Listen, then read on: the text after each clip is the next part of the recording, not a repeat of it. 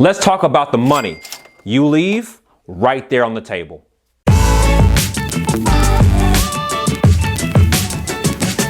Hey, it's Alze Calhoun with Coveted Consultant. Let's talk about the money you're leaving on the table. We're in this series talking about the wall. We're talking about this dynamic where you are in situation A, you want to get to situation B. Over here, you call yourself an independent, a consultant, a solopreneur, a freelancer, and you are trying to grow your business and get to situation B. And this stuff shows up. And you may not know what to call it, but somewhere in this process, it gets hard and you get stuck and you don't know what to do about it. And so right now, we're talking about hardcore value, the value you leave on the table. We made a previous version of this video where we talked about external pricing, how you can get that next zero onto your service offering. Now we're talking about the self-imposed discount, what you do internally in your company that keeps you from getting past the wall and really where you want to go. Let's break it down. So, what do you take responsibility for inside your business? Internally, you take responsibility for the work because you're an expert, right? The work is what you've done all your career, the work. And so you are excited about doing the work. And the work means that you will sacrifice anything necessary to make the client happy. They wanted the work, you're gonna get them the work, and you'll sacrifice time, money, sleep, patience, peace, whatever it takes to make the client happy is what you are willing to sacrifice. That sounds good on the front end. And many small businesses, solopreneurs, independent consultants, coaches, etc., operate with this attitude. Many big companies operate with this attitude and leave money on the table. Okay? This is about expertise. You believe in how smart you are.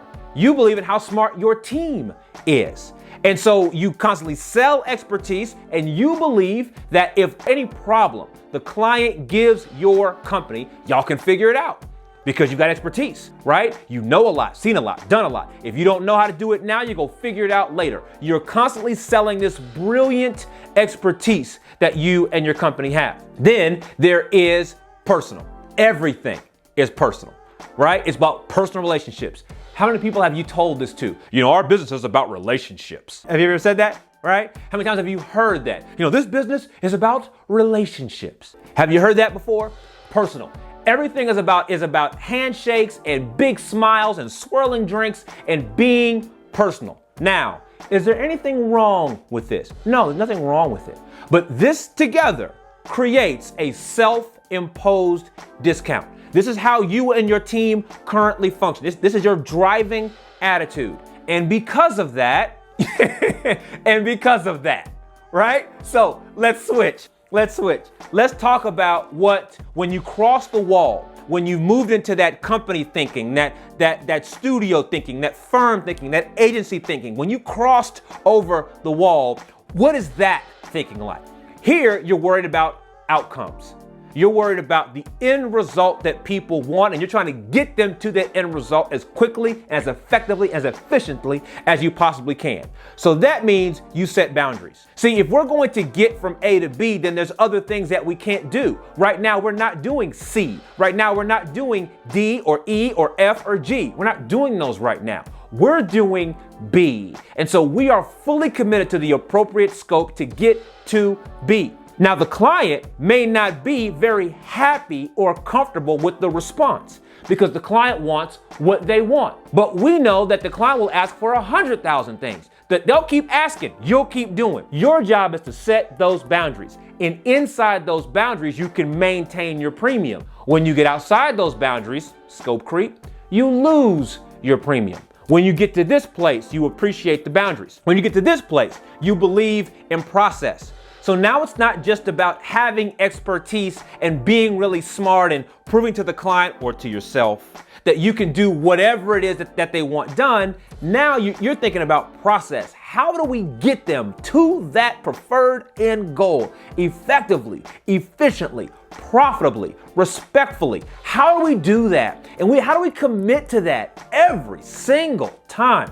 These become driving ideas for the people who are in this category. This place is about being professional. So in comparison, yes, we like personal relationships. We know we got to shake hands and smile and do those things. I completely understand that. But we don't over-index in that place. It's about being a professional, which means some meetings need to be cut short, which means some meetings need to be eliminated. There's some chit-chat time, some water cooler time that we're now no longer doing. There's some special favors that we're now no longer going to honor, because we've got to be professionals in this space. Not just friendly, not just personal, but also being professional. So let's see them in contrast here. This is about what you are committing to in your company, how you choose to operate inside your company. And as you see, there's a very real difference between what each side is committed to. You've got to decide where you want to play.